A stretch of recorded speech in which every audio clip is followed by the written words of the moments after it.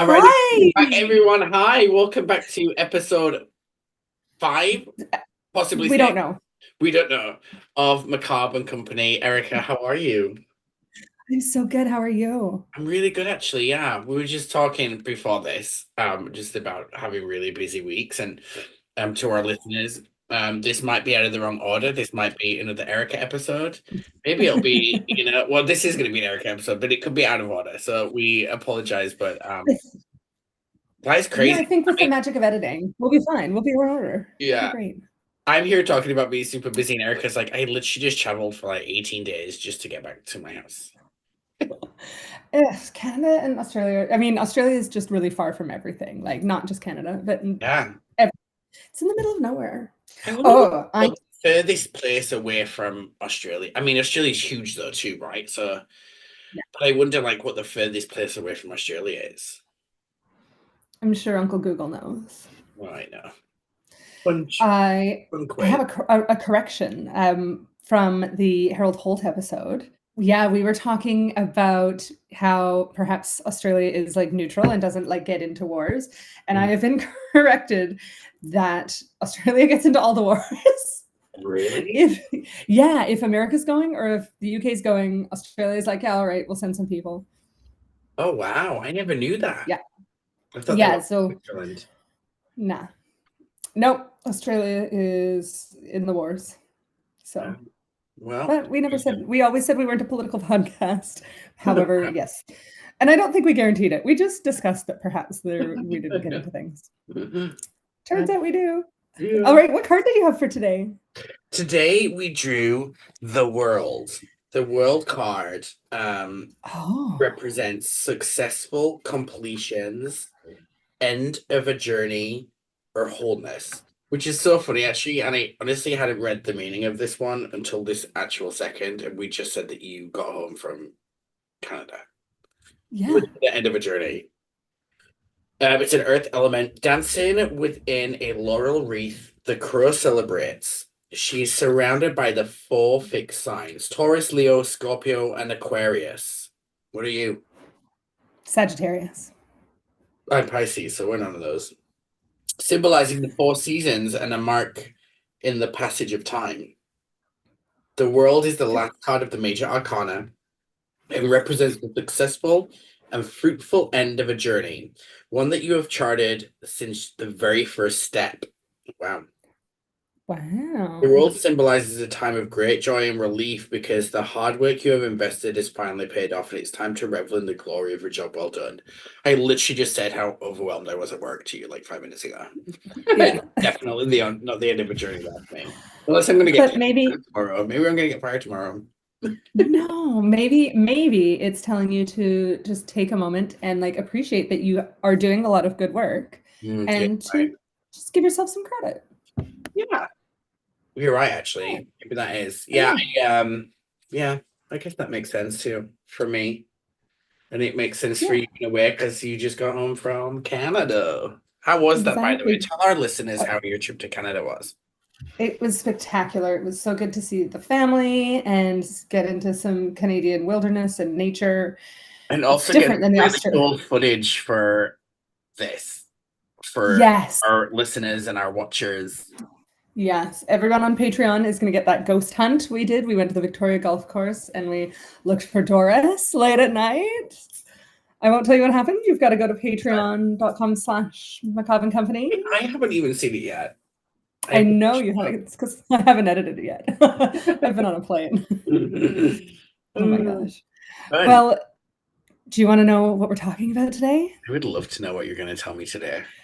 Okay, I first need to give a disclaimer for those listeners. Listeners, you would have seen the title, so you probably know that this is going to be a squeamish episode. But this is your content warning for squeamishness Oh, and we need a decomposition content talk. warning? Is this our first And ever content warning? yes, I think it Are is. you like Yes, legitimate, like spooktacular podcasters when we have a trigger warning? I think so. perhaps, perhaps. All right, George, I would like to start by asking you, what do you want done with your body when you die? Oh Lord, honestly I don't know. Like, because I mean, I don't know. We haven't had that conversation yet, me and my husband. I mean, we have in weird ways, but you never really take it seriously yet. But I guess we should maybe have a Um, conversation. I maybe just whatever he I. chooses, because I honestly don't believe in anything. Mm. Like as far as like, I don't think it's gonna matter. You know what I mean? I don't think it makes any difference as to where we go or what happens to us. But some It's people, really funny. that's You totally valid. But Yeah. Oh, it's really funny that you haven't had that discussion with your partner because my partner and I talk about that, like what's going to happen all the time. And I've already planned Rowan's funeral and it's going to be fantastic. It's going to be the best party. you're gonna like get him made into a suit or something, huh? No, but of his funeral, I've definitely planned it. It's going to be so fun. So today I'm going to tell you about body farms. Have you heard of body farms? I have not. It sounds like something out of a horror movie. I am so fascinated. I have gone down this rabbit hole, and because I'm a science girly, like I went to school for biology. In another life, I was going to be a veterinarian. I am all about the science of everything. So, Wait, can so I guess? No, because my guess is wrong because that's nothing to do with our podcast theme. okay, guess anyway. So I was thinking something to do with like plastic surgery or like body modification. Oh, that's a good guess. I really appreciate it. However, a body farm is a research facility where the decomposition of humans and animals can be studied in a variety of settings. So initially, this anthropologist called William Bass, can't read my notes, William Bass in 1981 at the University of Tennessee, he really wanted to study the decomposition of the human corpse from the time of death to the time of decay. And the aim was to really gain an understanding of the decomposition process. So, like, in court dramas when they're always like, the decomposition started at this time and this is how we know when they died. How do we find that out with body farms? So it's a really of particular interest in forensic anthropology and related disciplines to forensics. And it kind of has applications all over from the fields of law enforcement and forensic science. So you place these bodies outside and in the elements, and researchers can then study and get an understanding of the decomposition process. So there are these body farms. There's 8 in the US and there's 1 in Sydney, Australia. And they're kind of all over the world. So people donate their bodies to science, and they'll put them partly covered in the dirt, or in a car, or directly in the sun, or all in under some trees. And then they go and they study each body to see when they start to decompose, when the larvae of the maggots and blowflies, like what stage they're at. So then when they go into courtrooms, they can be like, no, he was killed 2 days ago because this fly was present at 1200 hours. Whoa. Okay. I have so many questions. Right? I have so many questions, and I don't know whether to hold Okay. to the end or whether to like give a couple. Maybe wait for a minute. Let me do a little bit more of the background, and then we'll see if you have any. I'm gonna take notes. So, there's 8 of them. So right now, yeah, take some notes, write it down. The largest of them is 26 acres. Like, how massive is that? 26 acres. And that is in Texas. So the Texas State University's one is massive. And they do have a Canadian one as well. But, sorry? It's at a university? Yeah. Yeah. So these, as anthropology students and forensic science students, can like go as part of their classes and check on the decomposition and follow all of this research. So the United Kingdom, their research has mostly focused on non-human remains, mostly pigs, due to the similarity to humans. But in the States, Australia, and Canada, their bodies, they're human bodies. So William Bass, who's born in 1928, is a forensic anthropologist. Like I said, he is the guy. He's the guy that started this. So he did a lot of assisting for federal, local, and non-US authorities in identifying human remains. He taught at the University of Tennessee. He founded the University of Tennessee Anthropological Research Facility. Big, like, important guy. And more importantly, maybe not more importantly, but more popularly, the facility has been labeled the Body Farm because of this author, this true crime author, Patricia Cromwell, who wrote a novel called The Body Farm. So that's kind of what popularized it and made it more mainstream. The University of Tennessee's program was the only one for 25 years. And then there started to be more, and people realized how important this research was. So they started, more and more universities started doing them. So now there are 6 in the States. So this is an excerpt from an Unmarked article. The link will be in the show notes, but I thought this paragraph was really spectacular. So I'm going to read it to you. The elderly woman was sprawled on her back in the dirt, head resting to one side, elbows bent as though she was about to prop herself up. Dead 3 months now, her face was no longer recognizable. Her skin had thinned to a gossamer shroud over bone. She was among more than 150 corpses scattered beneath the trees, rotting in the open air or covered in plastic on roughly 3 wooded acres. To an outsider, the scene might look like a serial killer's dumping ground, but it was just another day at the University of Tennessee Knoxville's Anthropology Research Facility, popularly known as the Body Farm, the first of only a handful of such facilities in the world, where researchers study the science of human decay and law enforcement officers train to recover human remains at crime scenes. Doesn't that give you chills? That's horrible. It is macabre. Really cool. Like, it's cool to think that that's like a thing that you can go into. I mean, I would have never known. This like makes this is a really great example of how education is so dispersed, because I didn't know any of this. I didn't learn anything about this in high school. I didn't know there was a possibility, right? Where do you know? So then I never went down that path, but that's kind of interesting. I mean, I'm not a big, okay, this is going to sound grim, but that's what we're here for. Whenever I'm at a family funeral and it's a casket, I can't go near it. I remember the first funeral I went to, I ever went to. It was my great aunt Barbara. And I remember going in, and it was an open casket viewing, right? But it was like in another room. So the funeral was there, like she wasn't in the same room. They closed it before the actual funeral, but you could go in and see her. And I remember mom being like, "Do you want to come in?" I said, "Absolutely not." I must have been like, I think like 12 or 13, because it was after my parents had divorced. Because I remember my dad telling me. But someone had gone in and someone was holding the door open. And I was curious, right? Because you're a kid and you're curious, like, what does a dead person in a coffin look like? But I didn't want to go in there because I didn't want to go near it. Yeah. But I remember, like, just looking through, and all I could see was like the top portion of her face, kind of, right? That was propped up because they'd had it propped up for people going in. Weird. Yeah. But, so I kind of saw some of the face. And obviously I wasn't close enough to kind of see details or whatever it looked like, but I remember from that moment, like, just the thought of a dead body is terrible. Since then, as an adult in my 30s, I have been to funerals, and it's been right there, and we have to kind of support the people that we're with and go up there to see them, but it's still like really, really scary to me. Like, just an empty vessel. It's weird, right? I will go right up there. I know, but they also, I don't feel as though they really look like themselves. No, they look very uncanny valley, and the like makeup on a corpse, I don't know, it all never looks quite right.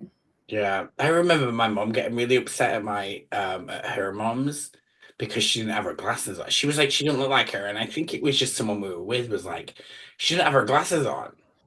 And then someone said, "Oh, well, we have a set, so we'll bring them back." And even when they put the glasses on, they still didn't look like my nan. No, it doesn't. It is very. But also, I never sat and stared at my nana when she was sleeping. So maybe that's what she looked like when she was Maybe that's the lesson. You need to stare at more sleeping people. I know. Oh my gosh. Oh my gosh. Okay, so calculating the time since death, also known as the post-mortem interval, is a really important aspect of forensic investigation. So that is something that the body farms really focus on. So when a person is identified, the postmortem interval can really help investigators narrow down who they might be based on missing persons records.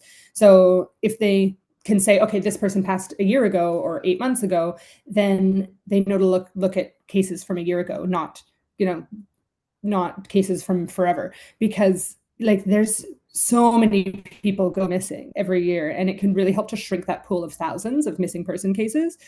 More than 4,000 people go missing in the US each year, according to the National Missing and Unidentified Person System, and 4,400 unidentified bodies are recovered annually. So many people every year that just aren't identified. They find 4,400 bodies and they never find out who they are. Unidentified, yeah. As many as 1,000 of those bodies remain unidentified for more than a year. They give those bodies to the schools because they don't know who they are. So do they go, here, you can do this? No, no. You have to have consent to have your body donated now. I think when they started, maybe it was sketchier, but now, no. No, it's just saying that those people are unidentified. Their families can't bury them. They don't know. They might just think they're missing. So another reason that time of death is important is it helps crime scene investigators evaluate alibis of potential perpetrators. So if you were at the shopping center at 8 p.m. and we can say that this person was killed at between 8 and 10, then we know it wasn't you. So that's like why it's so important to do this kind of research. So of the more than 16,000 murders in the US in 2018, nearly 40% of them went unsolved. So there's so many murders that are going unsolved, and oh my gosh, this is the coolest thing. I'm so obsessed with this. So during each stage of decomposition, the investigators and the experts are paying close attention to the maggots, which are the little worm-like larvae of blowflies. So maggots are baby blowflies, and they're wriggling around in the corpse's flesh. And on a warm, clear day, it can take just minutes for flies to smell decay. Once those flies arrive, their arrival marks the start of a biological clock that allows investigators to use the maggot's life stage to find an approximate time when the flies first colonize the body. So, although you see it in Law and Order and CSI, and they can be like, yes, it's been 20 minutes. It's not that exact. It's definitely dramatized, definitely exaggerated for TV. For example, a murderer who maybe puts his victims in a fridge or wraps them in plastic, that can really change what the blowfly stage of life is. So it can postpone the colonization. It can, like Dexter, when there was that frozen truck killer, if they're frozen and they're hidden in the freezer, the flies aren't going to get them yet. I never watched it, but everyone says it's really good. It is really good. You should watch it. Yeah. So, and even rain can delay the arrival of insects. Flies are not the be all and end all, but this is why the more body farms we have all around the world in different ecosystems, the more accurate that biological clock of the flies we can kind of gather. So kind of at the beginning when they started researching, they just wanted to know basic answers like, how long does it take for a skull to become visible after decomposition? Some bodies were naked, some were dressed, a few were buried or covered in plastic, and some just lay in the open air. Some were put in trunks of cars or vehicles or submerged in partial water to mimic a crime scene. So that's they just have 65 acres of all these bodies in different states of decomposition and different situations. And cool to donate yourself to that. Right? Yeah. Right? So exciting. You've totally already on the list, huh?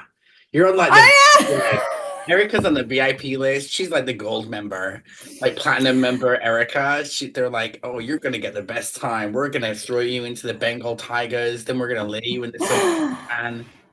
I would love that. See how that affects it. Yes, I would love that so much. Oh my gosh. So when a donor arrives, you might wonder what happens, because obviously you got to donate your body. So since, let me see, the center in Tennessee, and a lot of this information is American because the American program has been around the longest. So yeah, Americans I feel they're a little bit more interested in that sort of shit. They have a building that kind of is a building that's dedicated to the program, and it's the largest collection of contemporary skeletons. It's got a classroom, a laboratory, and an intake area where the donor bodies are received and processed. So once they and at least 4,000 people are registered as pre-donors, so they are coming. What happens when they arrive? I'm so glad you asked. When donors arrive, they're offloaded into a garage area. They're weighed, they're measured. Their scars and injuries or tattoos are all photographed and documented, so you know who's who. They take hair, blood, and nail samples, and they're either stored in a large refrigerator for 12 to 24 hours or moved directly into the acreage, where they remain until they're fully skeletonized. And they can quote from Skeletonized. Is that a word? one Is of that a real the word? skeletonized. Yeah, skeletonized. Oh gosh. I haven't eaten in days. I feel very Yeah, so skeletonized.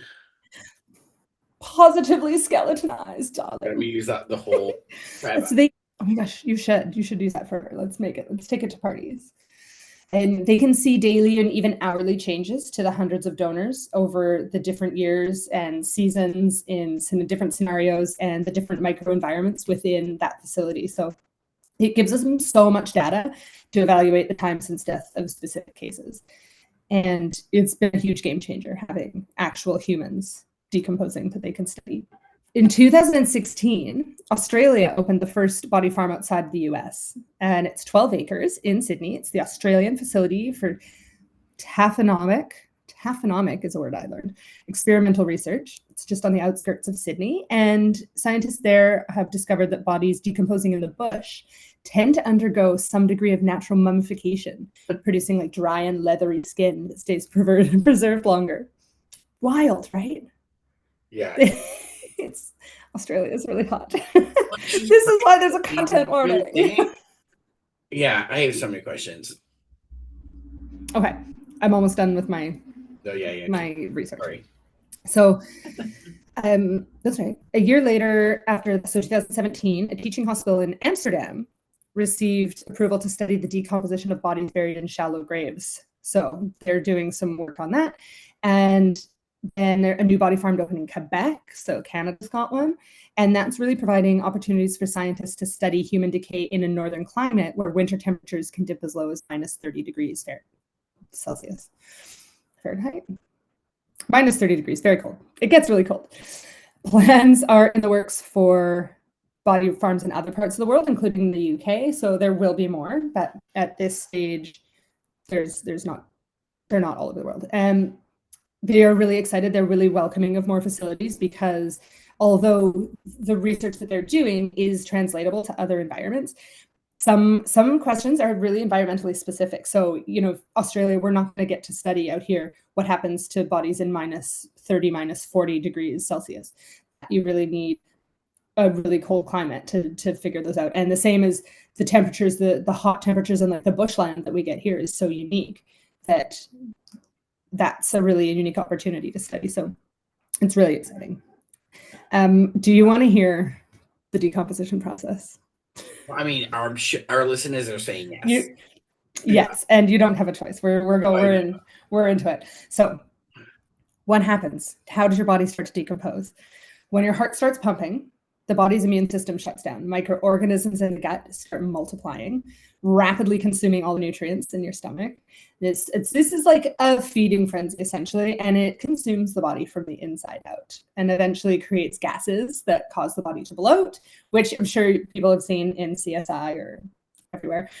So eventually, all the pressure of that gas from all of the microorganisms starts to cause the skin to rupture, and fluids are released, releasing different types of microbes and inviting bacteria, fungi, and nematodes from the outside to come in. So as all of the liquids and nutrients leave the body, the flesh kind of begins to sag and get brittle, and that's when you start to see the bone.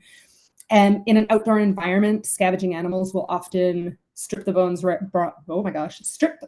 bare and do a lot of cleanup there. So that's really helpful of them. We appreciate that. They're really helpful. Now, Jessica, really helpful animals. So Jessica Metcalf, who is a microbial ecologist at Colorado State University, has spent several years working on the macabre ebb and flow of microbes, which is so perfect for us. She wants to develop a new forensic tool that she's calling a microbial clock. It's made from groupings of species that rise and fall in predictable ways over time. So the different microbes flourish as the body decomposes and different kind of fluids and food is available. So she is looking at it as like a time clock of what microbes emerge and when they die and what life cycles they are all going on. So then the investigators can collect the microbes and they can match them to a model based on these experiments. And so the more microbes that we can study throughout the world, and the more that she can kind of make this clock really complete. Wow. I am really excited about this. I love this so much. So, question. What are you thinking? Tell me everything. Oh my gosh, I have so many questions. Is it I questions? don't know if I have the answers, but let's discuss. Okay, question Yes, time. let's do it, and then I'm going to tell you what I've done. Oh my gosh. Question number one is, so say you Yeah. want to be one of these people that works at you want to get a job at a body farm. They are not advertising on Indeed, right? They are not like, No, I think especially a lot of the people that work in the farms are forensic anthropology students. So you would be getting a degree as an anthropologist or a forensic Mhm. scientist, or you're a police person working in the forensics area, because they do also bring in the police and to teach them how to properly take care of a crime scene, and collect evidence without damaging it. And so I think the police and students are really the people working in there. Wow. Second, if you were so you're house hunting, right? You move into a neighborhood where one of these is there. Are the realtors required to say, just so you know, down the street, it looks like a regular gate, but it's actually a body farm? Like that, I feel like that's something that the locals need I to be doubt aware it. of. Ow, that hurt. Well, I think because they're all really attached to Yeah. universities, so I don't know if I mean, maybe I Oh think it'd wait, be okay. like So I get it. So next. that's 65-acre plot of land where they're doing all these experiments. He's actually right Yeah. next door to the. So even if you're not studying that, you could be sat in like your classroom, right? And like you're studying like art history. Yeah. And you look out at the window because it's a boring lesson, you're talking about something boring, you look out the window and there's a dead body in a car running away. I don't think they're that close to the classrooms. I don't think that this. I don't think the classrooms are in the body You farm. said they're I attached to imagine you need to like go through. like there needs Well, to there's a book about it. be Maybe they'll turn that into a movie. yeah, but there needs to be like a really good horror film, like someone goes to work at a body farm and weird shit Oh, yeah. happening. Yes, that's a really good idea. Let's write it. Yeah. I I mean, want to go and I have a you know, visit like to a body tonight I'm farm. gonna Do you think probably you can visit them? I don't think they do tours. Could to Erica Field trip. emailing Let's them. go. Could to Erica emailing asking if they have a gift shop. Do you guys have a gift shop? Yeah, please. I just want one bone. Just one little bone. They sell like One a of your. decomposed finger on a keychain. Oh my gosh, I love it. Do you have any more Wow. questions? Yeah, I mean, I bet. I mean, so it's obviously donation based, right? Like people say, I can donate their body to Yeah. science. See, here's the thing: when people say they're donating their body to science, do you have any say in what part of science? So can you be like, I want to donate my body to science, but I want to be at the body farm. Secondly, do the family get visitation rights like they do at the hospital?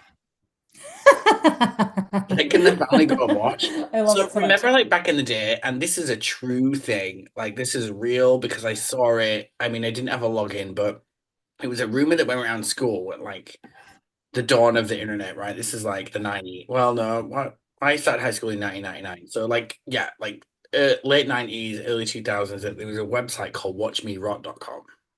You ever hear about that? And so what people No. do is people signed up, like grim people like yourself, who could sign up Yeah. and it was a webcam. It was like when webcams were put in coffins, and so your family could log in and they could watch the decomposition process. Like Google Watch Me Rot. Wow. Like, let me see if it's still there. Oh And my I gosh. remember we got in trouble at school, some of us, because obviously back then we didn't realize that the teachers could actually see everything we were looking at. Right.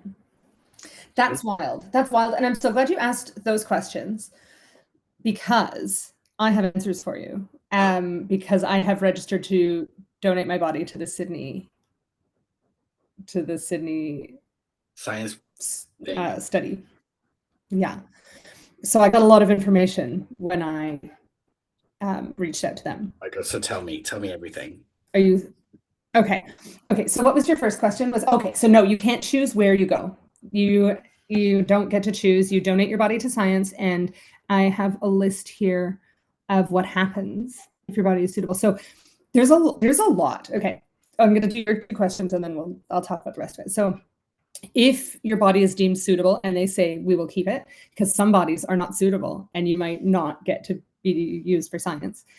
So it can really be anything. So once you are accepted, you'll undergo an embalming process to preserve some of the tissues. And as a donor, your body could be used for anatomical examinations and training across licensed institutes. So I donate my body to Sydney, and they can either put it in the body farm, they can use it for medical classes, you can have sections of it removed during the dissection process for other things.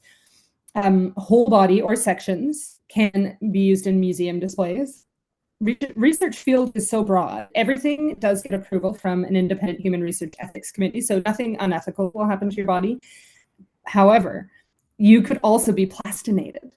Like, you know, those Body Works exhibits where they, like, I don't know how they do it. Yeah. So when you consent to this, you could be plastinated. Oh, babe, they're gonna plastinate you, right? Because you're like healthy and like work out and all that stuff.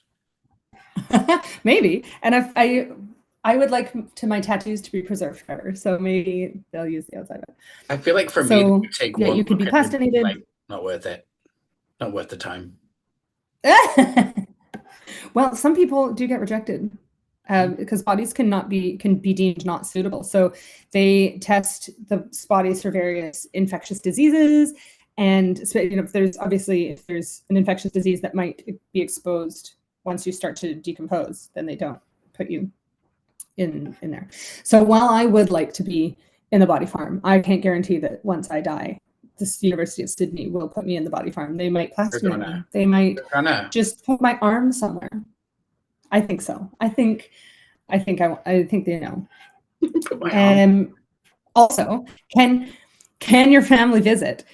What a fun question. So this is good for you because you're never going to have to attend my funeral of open casket, because your body needs to, within 72 hours, get to the place. If a body has been dead for more than 72 hours, it cannot go to be donated for science. So yes. Yeah, so you have to be released immediately from the morgue and go. This question is in the booklet that I got from Sydney.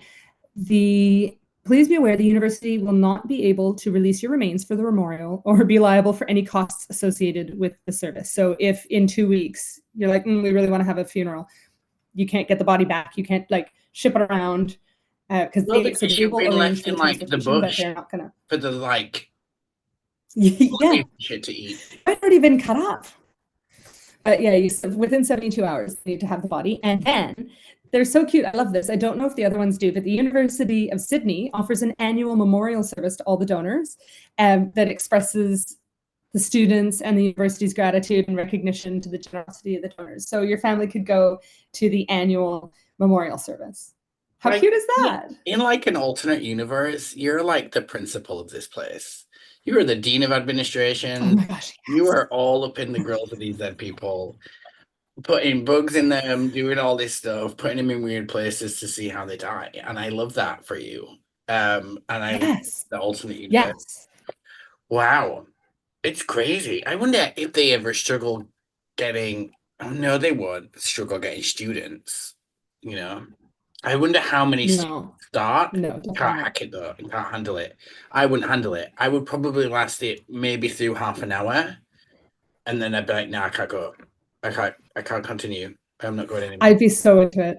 Because what? So you're like, I'd be so good at this. So you go, like, you get to school. They're like, "Okay, we're going to go look at this body. It's been sat in a car for a month on someone like in this really hot spot." Boom. You go, and then you get out, and they're like, "Okay, like, what's for lunch?" And you go, and it's like a baked potato and chili or something for lunch. You'd be like, "Hell no, I can't eat that." I'd be fun. I'd be totally like super skinny though, because I wouldn't eat probably because you'd be too grossed out by lunchtime. And then when you got home, you'd be positively skeletonated. And then when you got home, you'd want to sit and cry in the shower because of all the crazy shit you'd seen. Wow, you're like, sign me up for everything, huh?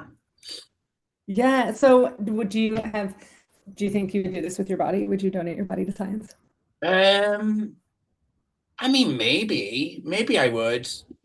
I just foresee death for me being a little bit more romantic, you know. Oh, okay. Mm-hmm. Like I feel like Yeah, not me. I'm all about the science of it.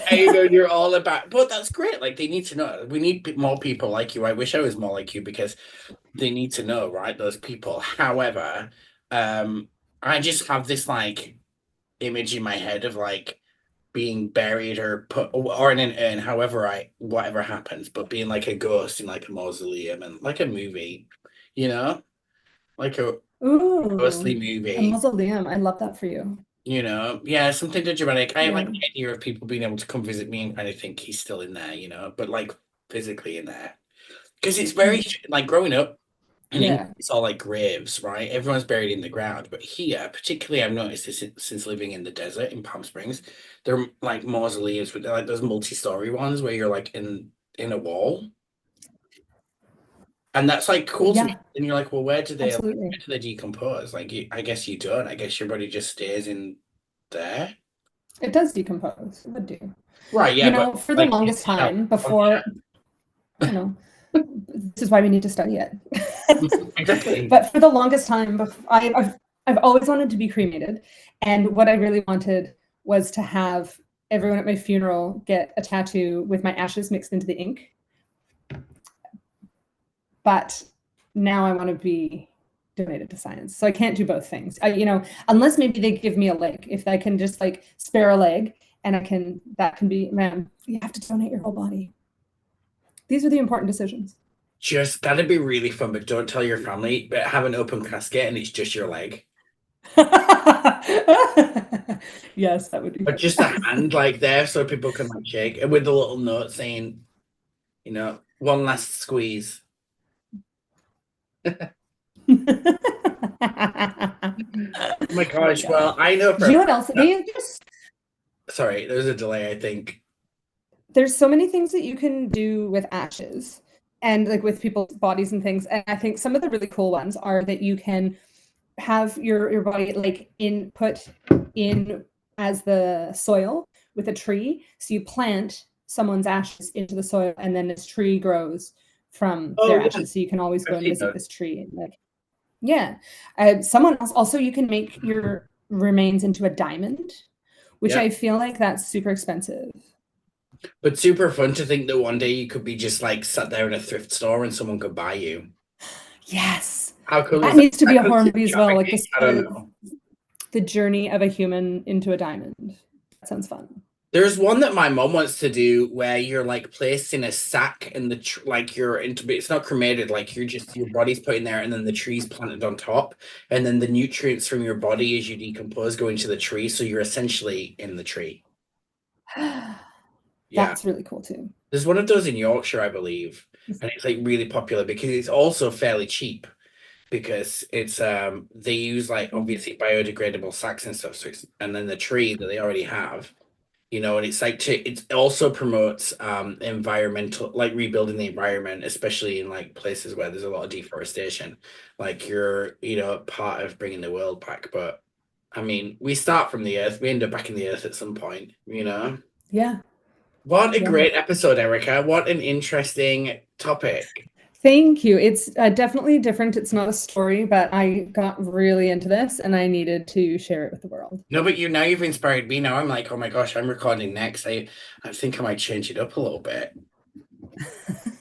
I think that you and Ian are going to be having really important decisions at dinner time tonight. Like, what are we doing with our bodies? But now I'm going to be looking at my pizza thinking that looks like a decomposed body. I don't know, really. Maybe. Maybe. I'm definitely going to have nightmares about body farms, but I'm so excited. I'm so excited to hear about your weird body farm nightmares. I know. Well, seeing as though this was your classroom today, I will let you sign off with our listeners and our watchers. Go ahead. All right, friends. Well, until next time, make sure you follow us on everywhere that there's socials, TikTok, Instagram, I guess not everywhere, TikTok, Instagram at Macabre& Company. You can email us at macabreandcompany@gmail.com. You should definitely sign up for Patreon at Macabre& Company, where we are doing some book clubs. We are doing ghost hunting. We have our after show over there. We have all kinds of things for you. So please support the podcast also by liking and sharing and giving it to your friends, and send them this and be like, hey, have you had a talk with your family yet? Do you know what you're doing with your body? Should you donate it to science? Start important conversations at the dinner table with us. Thank you. And until next time, Stay spooky. stay spooky.